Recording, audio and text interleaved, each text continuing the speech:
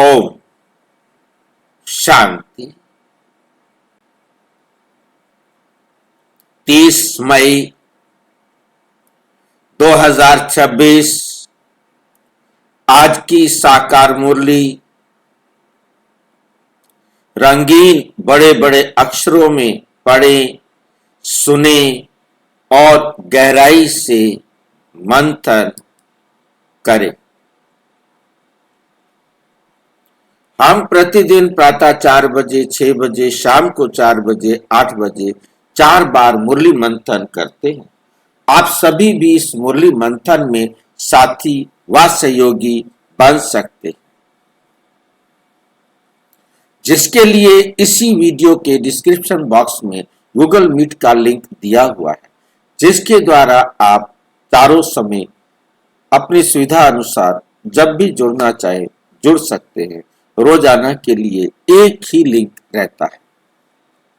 यदि आपको जुड़ने में कठिनाई हो रही है तो सामने इसी वीडियो के सामने नीचे चलती हुई लाइन में आपको व्हाट्सएप नंबर दिखाई दे रहा है, उस पर मैसेज करके आप लिंक मंगा सकते हैं, प्रश्न पूछ सकते हैं, आपका कोई सुझाव है तो वो सुझाव भी दे सकते हैं।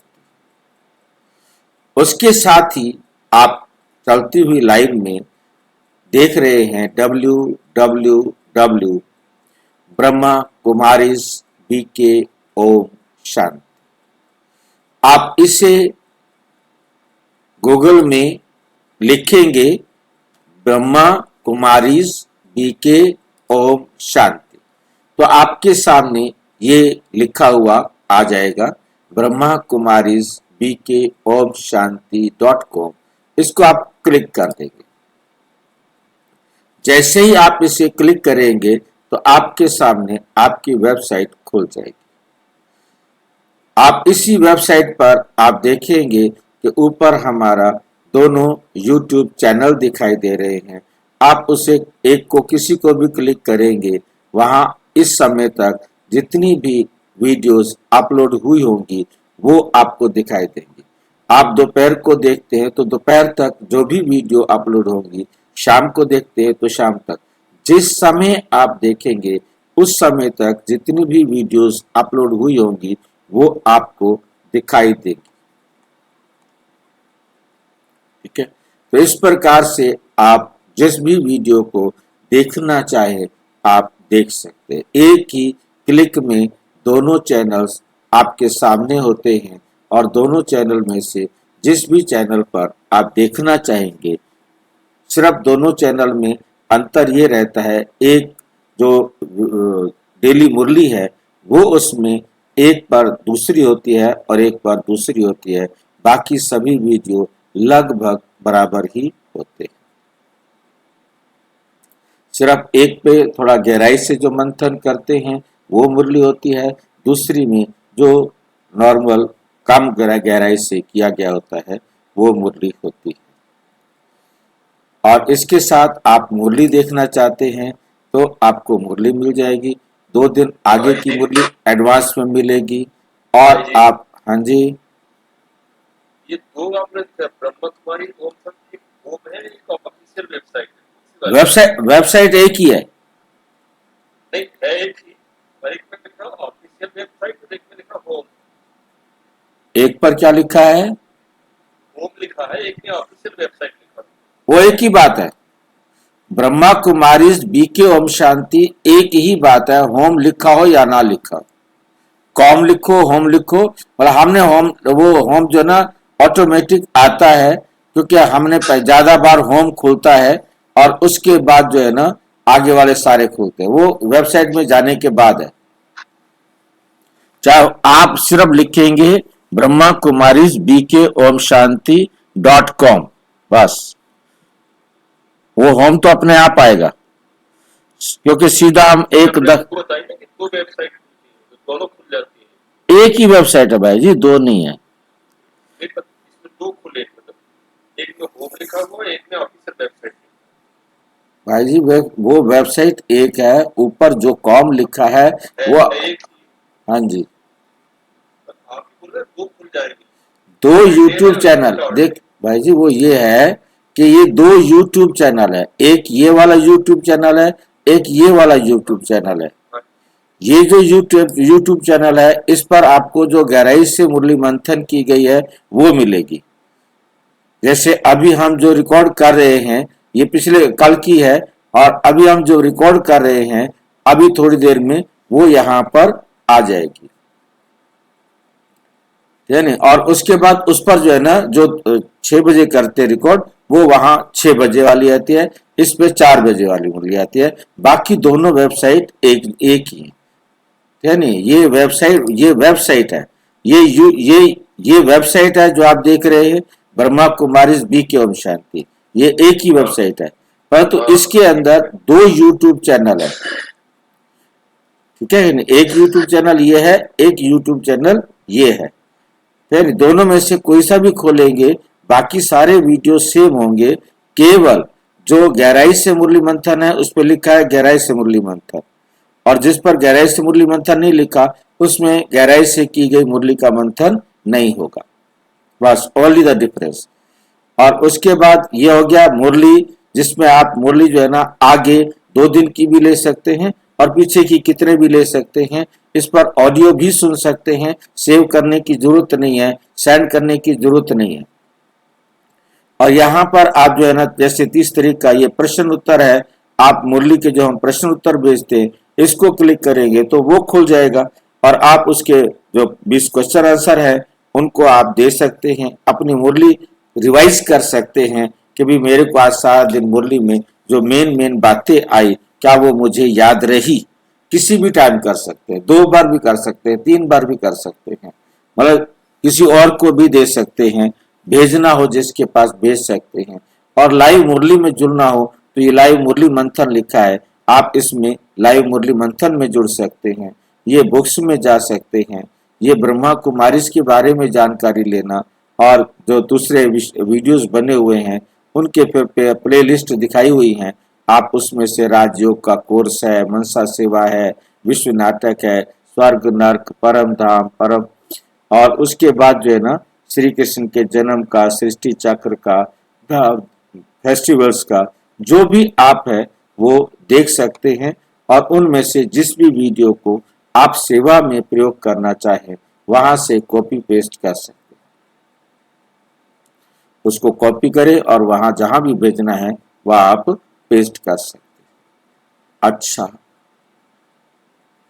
ओम शांति। आज की साकार मुरली का सार। मीठा मीठा बाबा कहते मीठे बच्चे अपना सब कुछ ईश्वरीय सेवा में सफल कर भविष्य बना लो, क्योंकि मौत सिर पर, क्योंकि मौत सिर पर है। मीठे बच्चे अपना सब कुछ ईश्वरीय सेवा में सफल करो। सफल तब होता है, वो धन सफल होता है, वो तन मन और जन सफल होता है जो अनेक आत्माओं को ईश्वरीय ज्ञान लेने का, खजाने लेने का अधिकारी बना। चाहे हमने धन खर्च किया तो कहाँ खर्च किया, जिससे अनेक आत्माओं को बाबा से ज्ञान मिलने का, अधिकार मिलने का अवसर दिला सके। ऐसा साधन जिससे हम अनेक आत्माओं तक अपना तन यूज करके या मन यूज करके उनको अपना अधिकार दिलाने के लिए सहयोग दें। जन का भी इसमें प्रयोग करना है, तन मन धन जन। तो जन क्या करेंगे, जो हमारा परिवार है, जो भी मेरे संबंध संपर्क वाले हैं, उनको भी मैं बाबा का बना के उनके द्वारा बाबा का संदेश देने के लिए तैयार कर दो। आप सभी भाई बहने बाबा को संदेश देने के लिए तैयार हो जाते हैं, तो आप जन भी बाबा को, जो मेरे संबंध संपर्क में आए वो सारे के सारे बाबा के सेवा के साथी बन गए। तो ये है अपने जन भी, जिनको मेरा कहा वो भी जो है ना बाबा के बच्चे बन जाए। सारे लौकिक परिवार हो, अलौकिक परिवार हो, संबंध संपर्क हो, ये सारे जन भी मेरा धन है। और तन मन धन जन, इन सब को ईश्वरीय सेवा में सफल किया जाए, बजाय उनके साथ या उनको व्यर्थ से बचाए। जब वो व्यर्थ से बचेंगे और ईश्वरीय सेवा में लगेंगे, तो इन सब धन को, चारों प्रकार के धन को हमने क्यों करना है? क्योंकि अब मौत सिर पर है, मौत सिर पर है, अर्थात अब इस संसार से घर जाने का समय आ गया है और वो इतना नजदीक आ गया है। मौत को सारी दुनिया जानती है कि कभी भी आ सकती है, परंतु ये मौत, ये परिवर्तन एक नई खुशी के लिए, ये परिवर्तन नई दुनिया की रचना के लिए। प्रश्न, ज्ञान सुनते हुए भी बच्चों में उसकी धारणा क्यों नहीं होती? ऐसा क्या कारण है? ज्ञान सुन रहे हैं, रोजाना मुरली भी सुन रहे हैं, फिर भी उनके जीवन में इसकी धारणा क्यों नहीं होती? क्या ऐसा कारण है जो ये धारण नहीं होता है? उत्तर, क्योंकि विचार सागर मंथन करना नहीं आता। क्योंकि विचार सागर मंथन करना नहीं आता। बुद्धि योग देह और देह के संबंधों में लटका हुआ। बुद्धि योग कहाँ लटका हुआ है? देह और देह के संबंधों में लटका हुआ है। पहले जब बुद्धि से मोह निकले तब कुछ धारणा भी हो। मोह ऐसी चीज है जो एकदम बंदर बना देती है। इसलिए बाप बच्चों को पहला पहला वायदा याद दिलाते हैं। बाप बच्चों को पहला पहला वायदा याद दिलाते हैं। देह सहित देह के सब संबंधों को भूल मुझे याद करो। गीता गीत, भोलेनाथ से निराला और कोई नहीं, बिगड़ी को बनाने वाला और कोई नहीं। ओम शांति। बाप बैठ सब जाते हैं। अब बच्चों को ये तो अच्छी तरह मालूम है कि बेहद के बाप को ही कहा जाता है बिगड़ी को बनाने वाला। कृष्ण बिगड़ी को सुधार नहीं सकते। गीता का भगवान श्री कृष्ण नहीं, शिव है। शिव बाबा रचयिता और श्री कृष्ण है रचना। स्वर्ग का वर्षा देने वाला, स्वर्ग का रचयिता ही हो सकता है। यही भारत की मुख्य बड़ी से बड़ी भूल। यही क्या है? भारत की बड़ी से बड़ी भूल है कि श्री कृष्ण को बाबा कोई कह नहीं सकता। क्यों नहीं कह सकते श्री कृष्ण को बाबा? श्री कृष्ण को बाबा क्यों नहीं कह सकते? श्री कृष्ण तो बच्चा है। नंबर 1, श्री कृष्ण तो बच्चा है। बाबा बड़े बुजुर्ग को कहा जाता है और श्री कृष्ण को प्रौढ़ अवस्था से आगे नहीं दिखाया। प्रौढ़ अवस्था से आगे कृष्ण को नहीं दिखाया। कृष्ण ने अपने बच्चों की कहीं शादियां की हो, कहीं बुढ़ापा रहा हो, नहीं दिखाया। श्री कृष्ण ने बच्चे पैदा करने तक का काम किया। आगे गपोड़ कहानियां कहीं कहीं किसी ने लिख दी हो तो मेरी नॉलेज में नहीं आई। श्री कृष्ण को वह शादियों तक तो ले आए। 16,108 शादियां करा दी और क्या बोलते हैं 2 शादियां इसके अलावा और भी है। वो क्या है, सत्यवती और भामा, दो शादियां वो हैं। बोला 110 शादियों का वर्णन कर दिया और 11वीं शादी का वर्णन नहीं किया जो शादी वास्तव में हुई। वो शादी कौन सी है? जो शादी वास्तव में हुई उसका वर्णन ही नहीं है। और जो शादियां नहीं हुई उन शादियों का वर्णन। कौन बताएगा कौन सी शादी का हुई उनका वर्णन नहीं है, नहीं हुई उसका जिस हाँ जो स्वयंवर 111 में होता है उसका कोई वर्णन नहीं है। स्वयंवर 111 को होता है उसका वर्णन नहीं। किसकी शादी हुई थी वो? लक्ष्मी नारायण की जब फिर हम तो कृष्ण की बात कर रहे हैं ना। तो कृष्ण का ही तो युवा अवस्था जब वो होता है, बचपन से जब वो युवा अवस्था में जाता है तो उसका वर्णन नहीं बताया गया कहीं भी। श्री कृष्ण का बचपन से युवा अवस्था तक कहीं वर्णन नहीं। प्रौढ़ावस्था में आकर वर्णन हुआ तो नारायण और लक्ष्मी के रूप में हुआ। नारायण और लक्ष्मी के रूप में हुआ। मतलब जो शादियां हुई नहीं, वास्तव में यदि हुई तो एक शादी हुई, वो भी लक्ष्मी नारायण के रूप में हुई। इसलिए आज तक भी सनातन धर्म में जितनी भी शादियां होती हैं वे दूल्हा दुल्हन को लक्ष्मी नारायण के रूप में ही देखते हैं।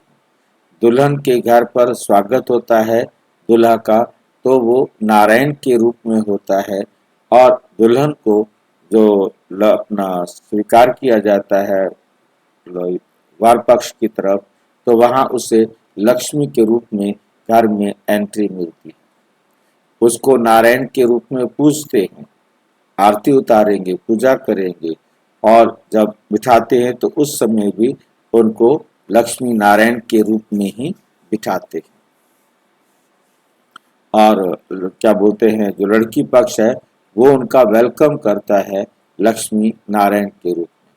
पूजा का कार्य में लड़की पक्ष वाले ही बैठते हैं, लड़के वाले तो एक मेहमान की तरह दूर बैठे रहते हैं। जो भी है वो स्वागत कर रहे हैं और लड़की दे रहे हैं तो लड़की को दे रहे हैं।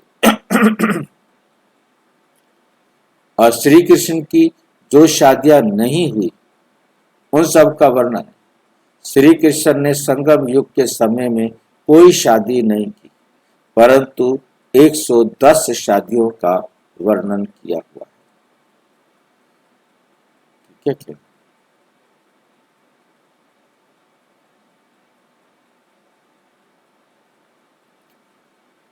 श्री कृष्ण को बाबा कहे कोई कह नहीं सकता। दो जो थी, एक सत्यभामा थी और दूसरी कौन थी?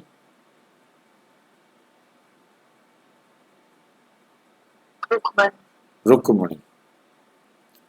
ये दो जो है वो थे, और 8 जो है 108 जो है वो कैद से छुड़वाई थी, है नी, और उनके साथ कृष्ण को जबरदस्ती शादी करनी पड़ी। अब हमारे साथ तो कोई शादी करेगा नहीं, क्योंकि हम वो राक्षस वो जो है ना क्या था, शिशुपाल था या कोई था, उसके जेल में पड़ी।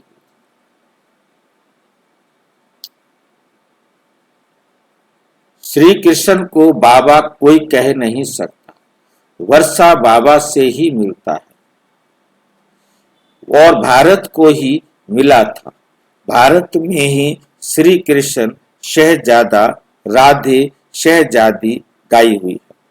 श्री कृष्ण शहजादा और राधे शहजादी गाई हुई है। महिमा ऊंचते ऊंच एक बाप की है। श्री कृष्ण है ऊंचते ऊंच रचना, विश्व का मालिक। उनको कहा जाता है सूर्यवंशी डीटी डिनाइस्टी। गीता आदि सनातन देवी देवता धर्म का शास्त्र है। सतयुग में तो किसको ज्ञान सुनाया नहीं, संगम पर ही बाप ने सुनाया है। चित्रों में भी पहले ये सिद्ध करना है, दोनों के चित्र देते हैं। गीता का भगवान ये रचयिता है जो पुनर्जन्म रहित है, ना कि श्री कृष्ण। रचना तुम जानते हो शिव बाबा ही हीरे तुल्य बनाते। गाया भी जाता है हीरे तुल्य कोड़ी तुल्य। बच्चों की बुद्धि में ये रहना चाहिए कि बाप का फरमान है, तुम मुझे याद करो और वर्षे को याद करो। वे है बेहद का बाप, कृष्ण तो है हद का मालिक। कृष्ण तो है हद का मालिक।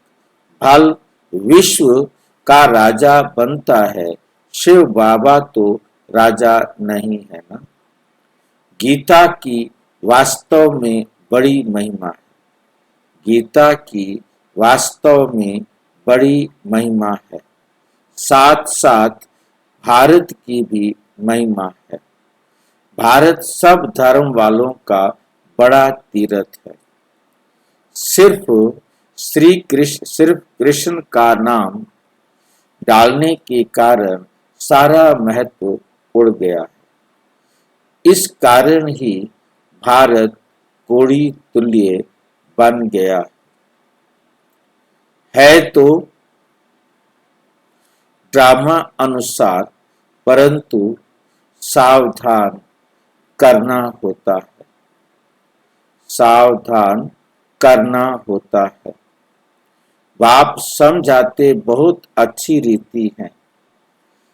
दिन प्रतिदिन गुह्य बातें सुनाते रहते, तो फिर पुराने चित्रों को बदलकर दूसरा बनाना पड़े। यह तो अंत तक होता ही रहेगा। बच्चों को बुद्धि में अच्छी रीति रखना चाहिए। शिव बाबा हमको वर्षा दे रहे, कहते हैं माम एकम याद करो, तो विकर्म विनाश होंगे। कृष्ण को याद करने से विकर्म विनाश नहीं होंगे। वे सर्वशक्तिमान तो है नहीं, सर्वशक्तिमान बाप है। वर्षा भी वे देते हैं, वर्षा भी वे देते हैं। मनुष्य कृष्ण को ही याद करते रहते हैं। अच्छा समझो, कृष्ण ने कहा है, वे भी कहते हैं, देह के संबंध छोड़ माम एकम याद करो। आत्मा तो बाप को याद करेगी ना। कृष्ण तो सभी आत्माओं का बाप नहीं है। ये सब विचार सागर मंथन कर बुद्धि में धारण करना चाहिए। कोई कोई मोह में फंसने के कारण फिर धारणा नहीं कर सकते। तुम गाते आए हो और संग तोड़ आप संग जोड़ेंगे। मेरा तो एक दूसरा ना कोई। परंतु मोह फिर ऐसी चीज है जो एकदम बंदर बना देते हैं। बंदर में मोह और लोभ बहुत होता है। साहूकार लोगों को भी समझाया जाता है कि अभी मौत सामने खड़ा है। ये सब ईश्वरीय सेवा में लगाओ। ये सब ईश्वरीय सेवा में लगाओ, भविष्य बना लो। परंतु बंदर माफिक लटक पड़ते, छोड़ते नहीं है। बाप कहते हैं, जो भी देह सहित देह के संबंध हैं, उनसे बुद्धि योग हटाओ। बाप की श्रीमत पर चलो।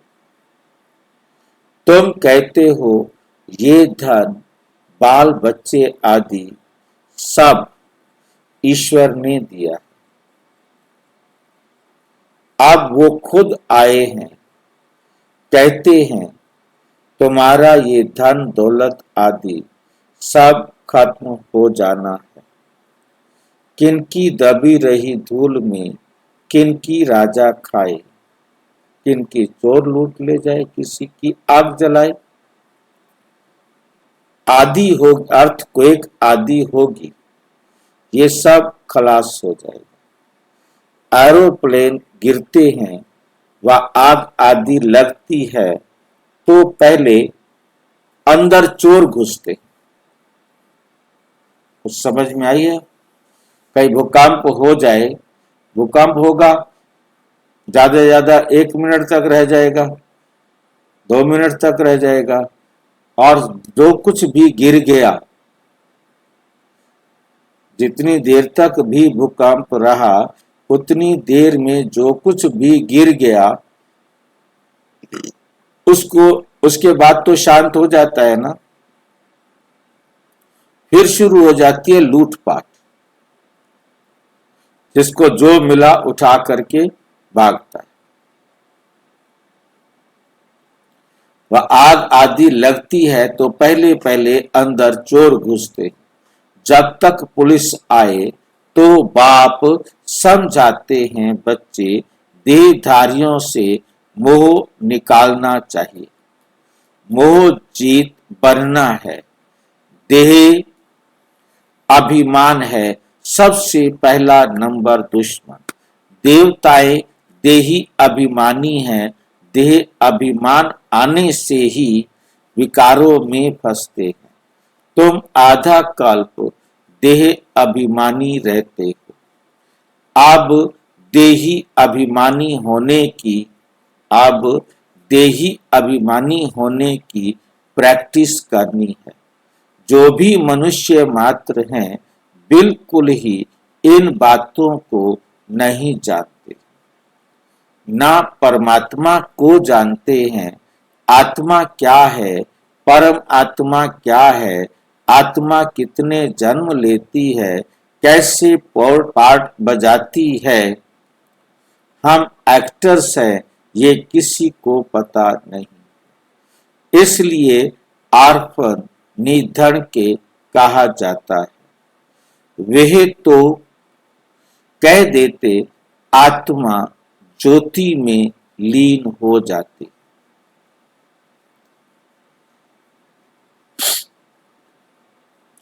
परंतु आत्मा तो अविनाशी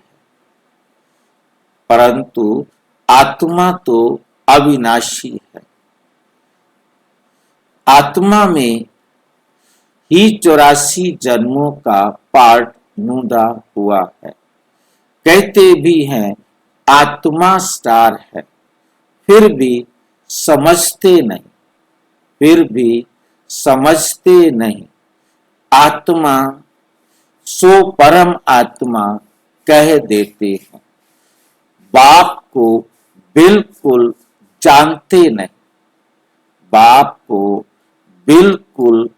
जानते नहीं। आत्मा के लिए भी कहते हैं भ्रिकुटी के बीच चमकता है एक अजब सितारा। परमात्मा के लिए तो कुछ बताते नहीं। दुनिया वाले परमात्मा के बारे में तो कुछ बताते नहीं है। उनको परम आत्मा मतलब आत्माओं में परम, जब परमात्मा कहा जाता है तो परमात्मा कह दिया, शॉर्ट मिक्स हो गया, ज्वाइंट हो गया। जब इसको अलग अलग लिखते हैं तो परम समझ में आता है जो सबसे ऊंचा है, ऊंची आत्मा, सबसे ऊंची आत्मा। मतलब बाकी कोई भी आत्मा उतनी उच्च नहीं है, वो एक है। वो एक भी क्यों बनी? क्योंकि बाकी सब आत्माएं जन्म मरण में आती हैं और वो एक ऐसी आत्मा है जो कभी जन्म मरण में नहीं आती। नेवर कंप्लीट रहती है, सदा संपूर्ण रहती है। कभी भी ऐसा नहीं होता कि उसमें कोई कमी आ जाए, कभी भी उसमें कमी नहीं आती है।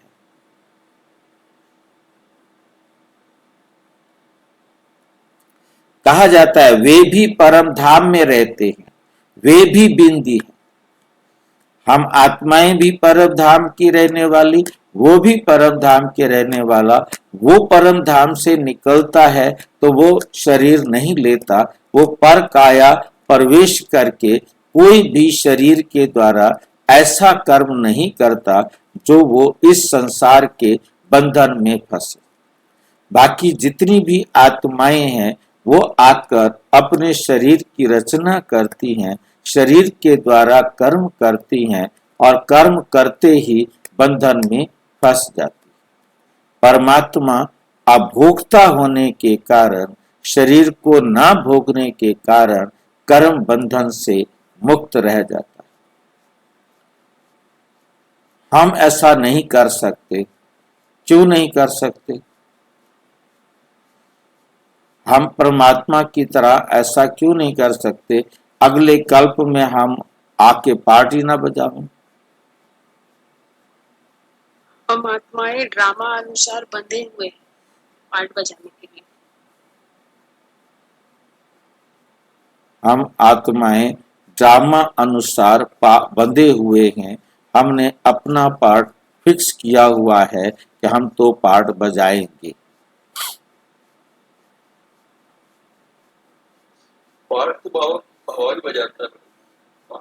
पार्ट बाबा बजाता है, परंतु शरीर के बंधन में नहीं बंधता। स्मृति और विस्मृति का खेल हो रहा हाँ जी, हम अपने आप को भूल जाते हैं, हम अपने आप को देह समझने लगते हैं। नहीं, देह समझते हम देह हम तब समझते हैं जब देह को धारण करते हैं। वो आते नहीं समझते, उसको भूलने में टाइम लगाते हैं। परंतु परमात्मा अपनी देह बनाता नहीं और वो हमेशा जागृत रहता है। वो कभी देह से देह में आने के बाद, पर काया में प्रवेश करने के बाद इस देह से कोई ऐसा कर्म नहीं करता जो वो भोगता बन जाए। भाई जी उसको ऐसे समझ सकते हैं कि उसकी वो जो है ना बना हुआ निर्लेप मटेरियल का बना हुआ है। किसका बना हुआ है? उसमें कोई चिपकता नहीं, निर्लेप मटेरियल का बना हुआ है। और हम जो है वो ऑर्डिनरी मेटल है, उसमें कुछ भी चिपक जाता है। भाई हम पर ये तो रंग रोगन सब लग रहा ना हमारे ऊपर, उसमें कुछ चिपकता है। हमारे ऊपर भाई जी, हमारे ऊपर रंग रोगन नहीं लगता। आत्मा पर संस्कार होते हैं, उसका रंग रोगन नहीं। आत्मा हमेशा संस्कार में सबकी बात ही कर रहा हूँ, इसकी बात नहीं कर रहा हूँ। चलो मैं ये सब चुपड़ते जाते हैं, हमारे ऊपर वैसे तो बदल जाते। हम इस की बात नहीं कर रहा हूँ। चलिए आप समझाइए। मेन बात है कि हम इस संसार में आए, हमने अपनी झूठी पहचान को अडॉप्ट किया। परमात्मा आकर झूठी पहचान को अडॉप्ट नहीं करता, क्योंकि उसने अपने लिए शरीर बनाया नहीं। यही हमारे बीच में शरीर ही एक हमारे बीच में क्या है, अंतर है। बाकी सभी आत्माएं, जो सबसे बाकी आत्माओं में टॉप आत्मा है कृष्ण, जो बिल्कुल बाप समान 100% प्योर बन जाता है, परंतु वह भी शरीर के चक्कर के कारण, इस ड्रामा में पार्ट बजाने के कारण 100% जो है प्योर से 100% इम्प्योर बन जाता है। फिर वे 100% प्योर बनता है। उसको पुरुषार्थ करना है। परमात्मा कभी जन्म मरण के चक्कर में नहीं आता, ऐसा कर्म नहीं करता। देखो कि ब्रह्मा बाबा के तन में आ गया। हमने देह चिपका ली ना, वो देह चिपकाता नहीं। हाँ, ब्रह्मा बाबा के तन में आता है, परंतु ब्रह्मा बाबा के तन से कोई भी ऐसा कर्म नहीं करता जो किसी दूसरी आत्मा के साथ कार्मिक अकाउंट बन जाए। मतलब ऐसा कोई कर्म नहीं करता।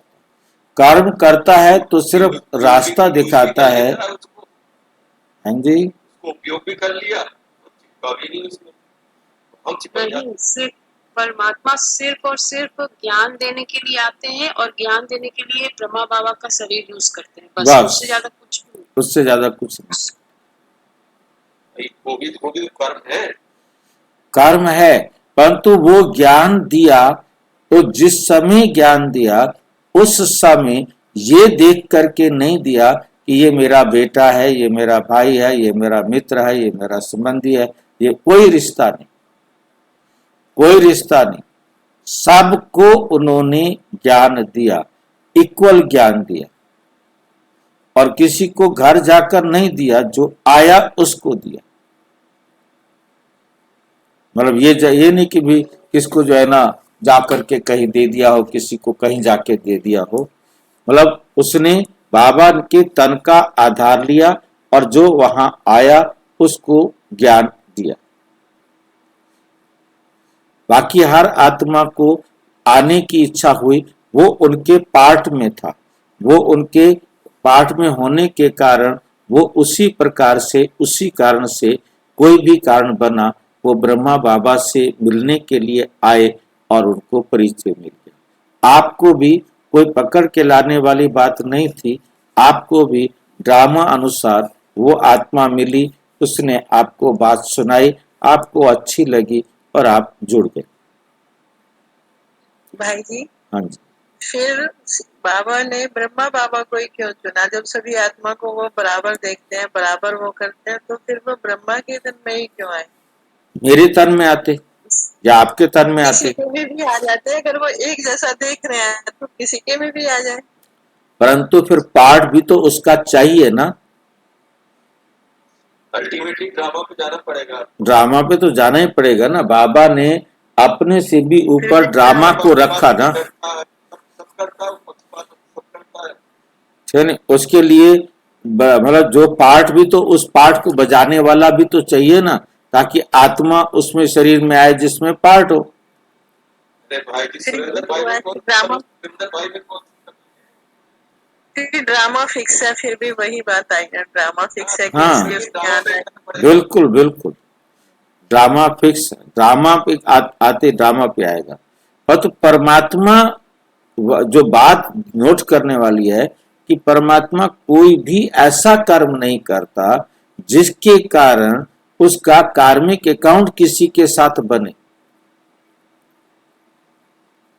आसक्ति वाला फर्क हो गया ना, हाँ। आसक्ति अनासक्ति। आसक्ति वाला जो है ना, कोई भी कारण नहीं बनता।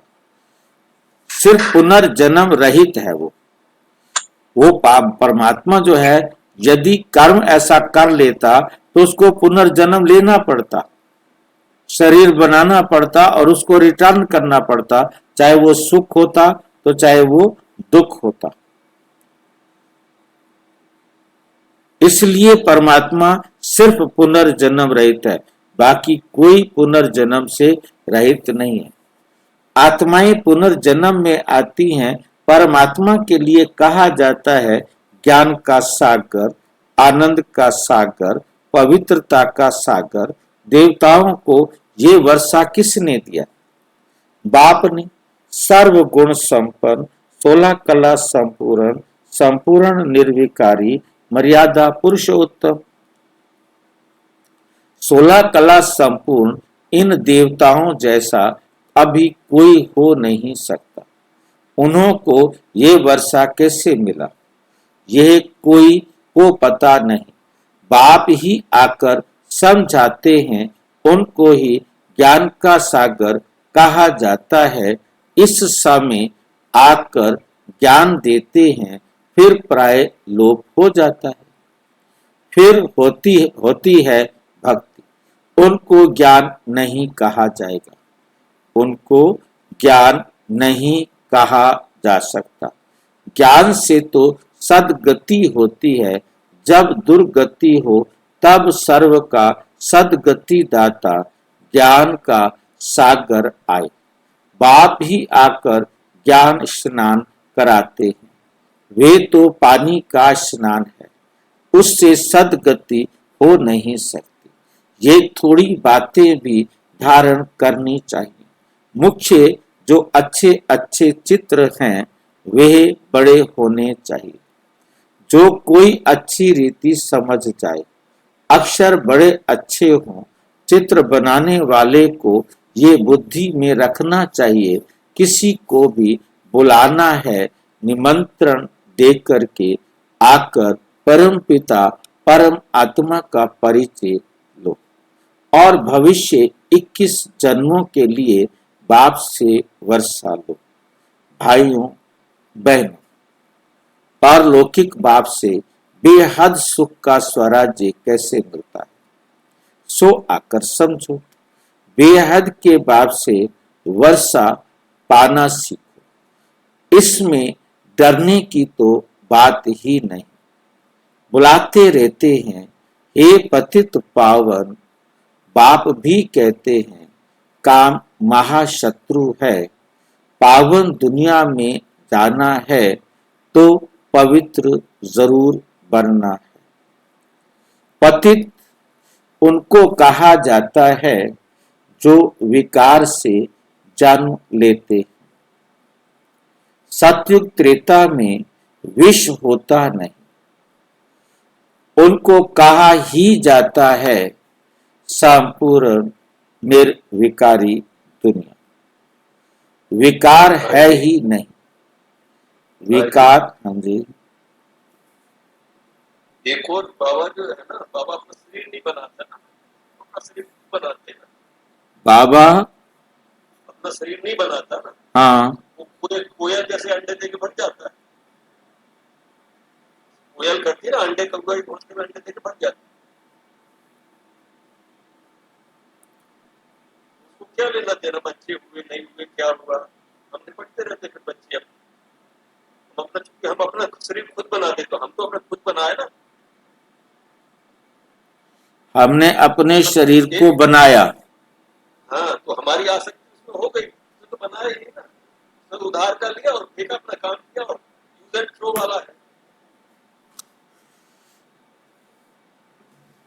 ये अंतर, मतलब एक आत्मा परमात्मा में ये भी अंतर है।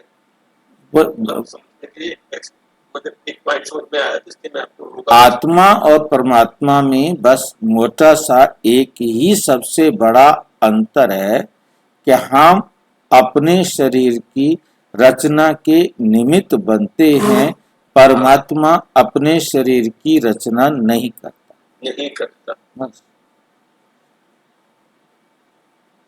जैसे भाई जी, मास्टर जी, भाई जी, हम ज्ञान भूल जाते हैं, उसको ज्ञान याद रहता है, सबसे बड़ी बात है।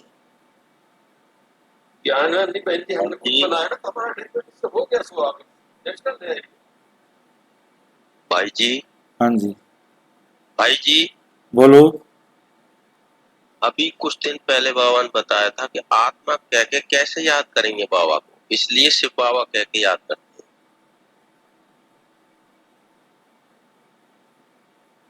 तो आत्मा को कैसे याद करेंगे बाबा को, इसीलिए तो शिव बाबा कह के याद करते हैं। मुरली में बताया था बाबा ने।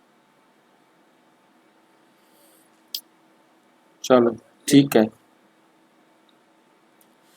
काम महाशत्रु है। पावन दुनिया में जाना है तो पवित्र जरूर बनना है।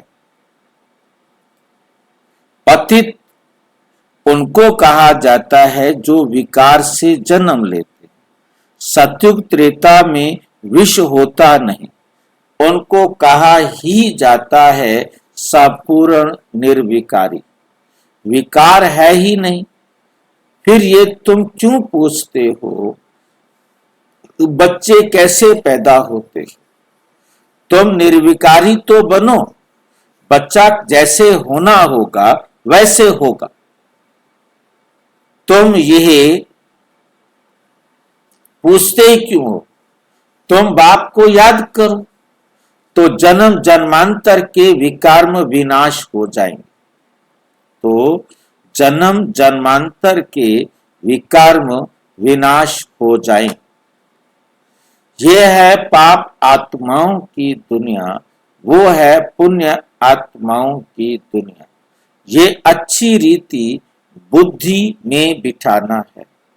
भक्ति का फल भगवान आकर देते हैं। बाप ही सर्व की सद्गति कर स्वर्ग का मालिक बनाते हैं। बाप कहते हैं अब पवित्र बनो, माम एकम याद करो। ये है महामंत्र, ये है महामंत्र। बाप से वर्षा जरूर मिलेगा। बाप कहते हैं तुम मुझे याद करो तो तुम सतो प्रधान बन जाएंगे। सीढ़ी पर समझाना है। दिन प्रतिदिन हर चीज सुधरती जाती है। इनमें क्लियर कर लिखना है, इनमें क्लियर कर लिखना है। ब्रह्मा द्वारा आदि सनातन देवी देवता धर्म की स्थापना। जब आदि सनातन देवी देवता धर्म था तो और कोई धर्म नहीं था। जो पवित्र बनते हैं वही पवित्र दुनिया में आएंगे। जितनी ताकत तुम्हारे में भरती जाएगी उतना पहले आएंगे। सब इकट्ठे तो नहीं आएंगे, ये भी जानते हो, यह भी जानते हो। सतयुग त्रेता में देवी देवताएं बहुत थोड़े होते हैं, पीछे वृद्धि को पाते हैं। प्रजा में तो ढेर होंगे। प्रजा में क्या होंगे? प्रजा में तो ढेर होंगे। समझाने वाले भी बड़े अच्छे चाहिए। बोलो बेहद के बाप से आकर के वर्षा लो। जिसको पुकारते हो हे बाबा, उनका वास्तव में नाम ही शिव। ईश्वर व प्रभु भगवान कहने से यह नहीं समझते कि वे बाप है, उनसे वर्षा मिलना है। शिव बाबा कहने से वर्षा याद आता है। उनको कहते हैं शिव परमात्माए नमः। परमात्मा का नाम तो बताओ। नाम रूप से न्यारा कोई नहीं, नाम रूप से न्यारा कोई नहीं है। उनको तो शिव नाम है, सिर्फ शिवाय नमा भी नहीं कहना है। शिव परमात्माए नमः हर एक अक्षर को बहुत अच्छी रीति क्लियर कर समझाना होता है। शिवाय नमा कहने से भी बाप को मजा नहीं आता, बाप को मजा नहीं आता। मनुष्यों ने तो सब नाम अपने ऊपर रख दिए हैं। तुम जानते हो मनुष्य को कभी भगवान नहीं कहा जाता। ब्रह्मा विष्णु शंकर को भी देवता कहा जाता है। ब्रह्मा विष्णु शंकर को भी देवता कहा जाता है।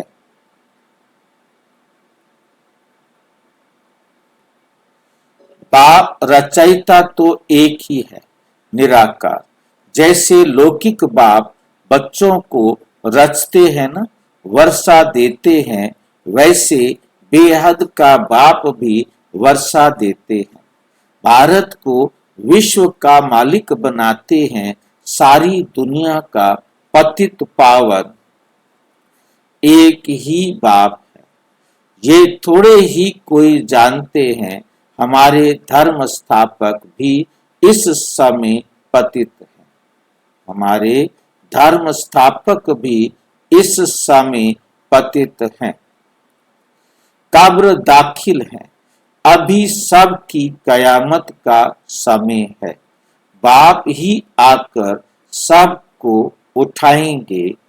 कयामत के समय ही खुदा भगवान आते हैं, वही ज्ञान का सागर है। लिखा हुआ है, सागर के बच्चे भस्मीभूत हो गए थे। अर्थात कामचिता पर बैठ काले आयरन एज्ड बन गए थे। फिर सुंदर कैसे बनेंगे? बाप कहते हैं, याद की यात्रा से, योग अक्षर कहने से मनुष्य मूंझ जाते हैं। मनुष्य मूंझ जाते हैं।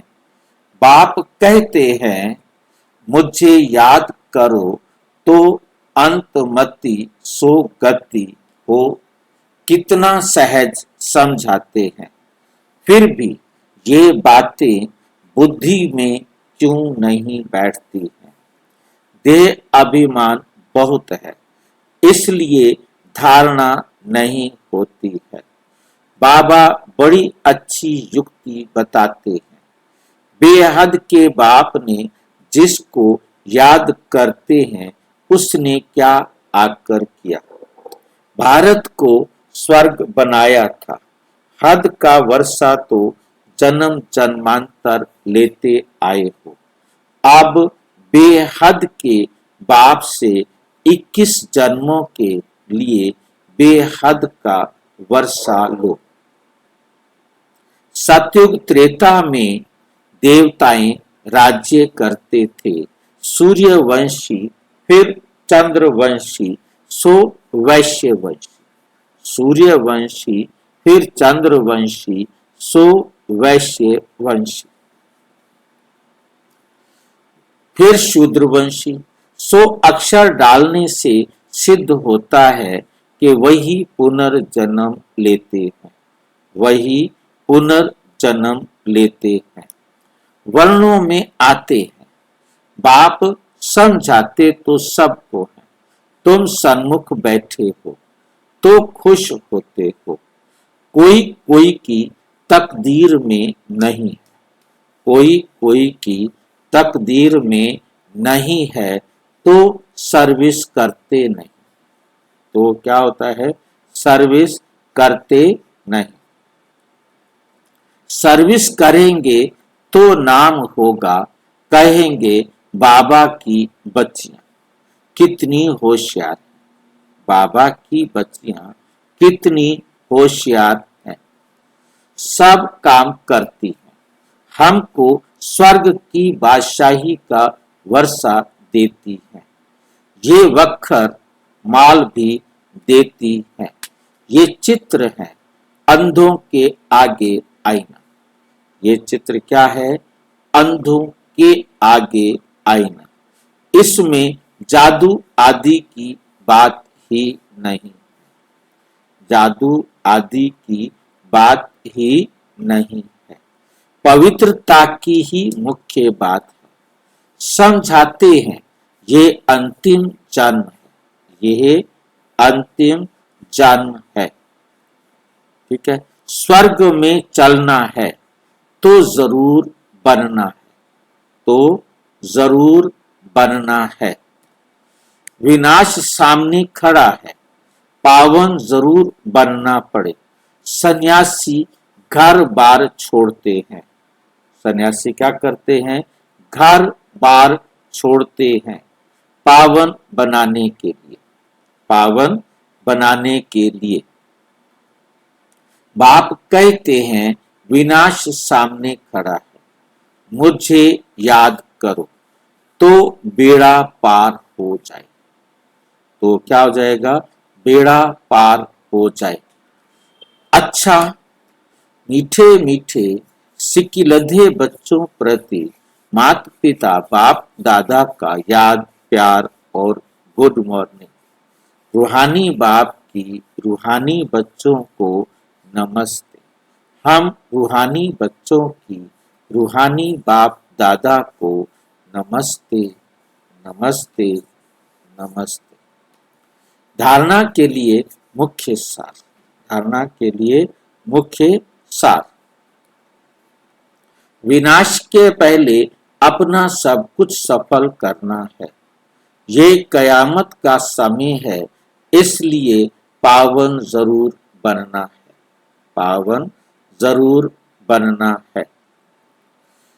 देहधारियों से मोह निकाल मोह जीत बनना है। देह अभिमान जो पहला नंबर दुश्मन है, उस पर विजय पानी है और सब संग तोड़ बाप से बुद्धि योग जोड़ना है। वरदान, याद के मंत्र द्वारा संकल्प और कर्म में अविनाशी सिद्धि प्राप्त करने वाले सिद्धि स्वरूप भाव। क्या बनो? सिद्धि स्वरूप भाव। आप बच्चे ऑलमाइटी गवर्नमेंट के मैसेंजर हो, इसलिए कोई से भी डिस्कस करने में अपना माइंड डिस्टर्ब नहीं करना।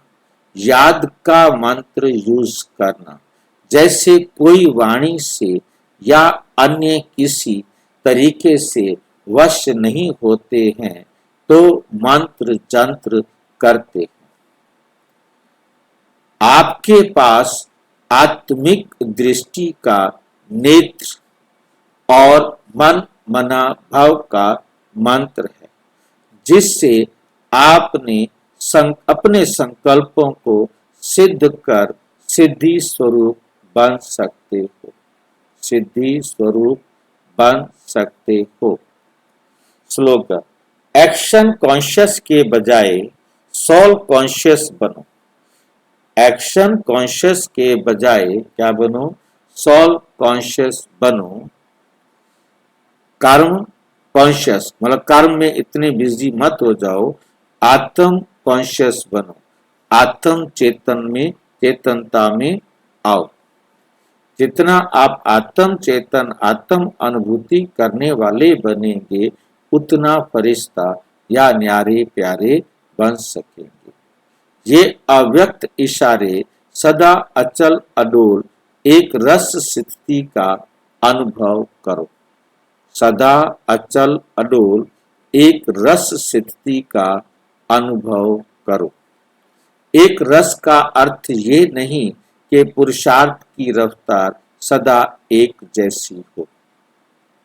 एक रस का अर्थात ये नहीं कि हम रोजाना एक जैसा काम करते जाएं, सवेरे उसी टाइम उठे, उसी टाइम मुरली करे, उसी टाइम ये करे, उसी टाइम ये करे, हम उसको टाइम कॉन्शियस हो जाएंगे।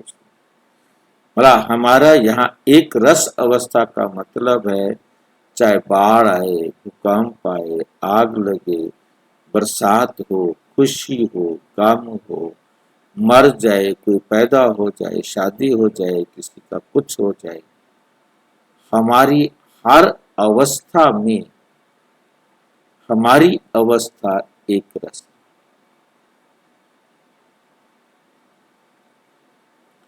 हर परिस्थिति में हमारी अवस्था जो है वो एक रस रहे। एक रस अर्थात सदा उड़ती कला की महसूसता रहे। सर्व संबंधों की अविनाशी तार एक से जुटी हुई हो। एक बाप दूसरा न कोई, ये दृढ़ संकल्प हो। एक भी संबंध कम ना हो। सर्व संबंधों की डोर एक से बंधी हुई हो, तब एक रस स्थिति स्वतः रहेगी। अच्छा, ओम शांति। और विस्तार से जानने के लिए प्रजापिता ब्रह्मा कुमारी ईश्वरीय विश्वविद्यालय के किसी भी सेवा केंद्र पर संपर्क करें और यदि कोई प्रश्न है तो 9213106986 पर केवल टेलीग्राम करें, आरआईटी करें 9650692270 पर केवल व्हाट्सएप करें, फोन नहीं। ओम शांति।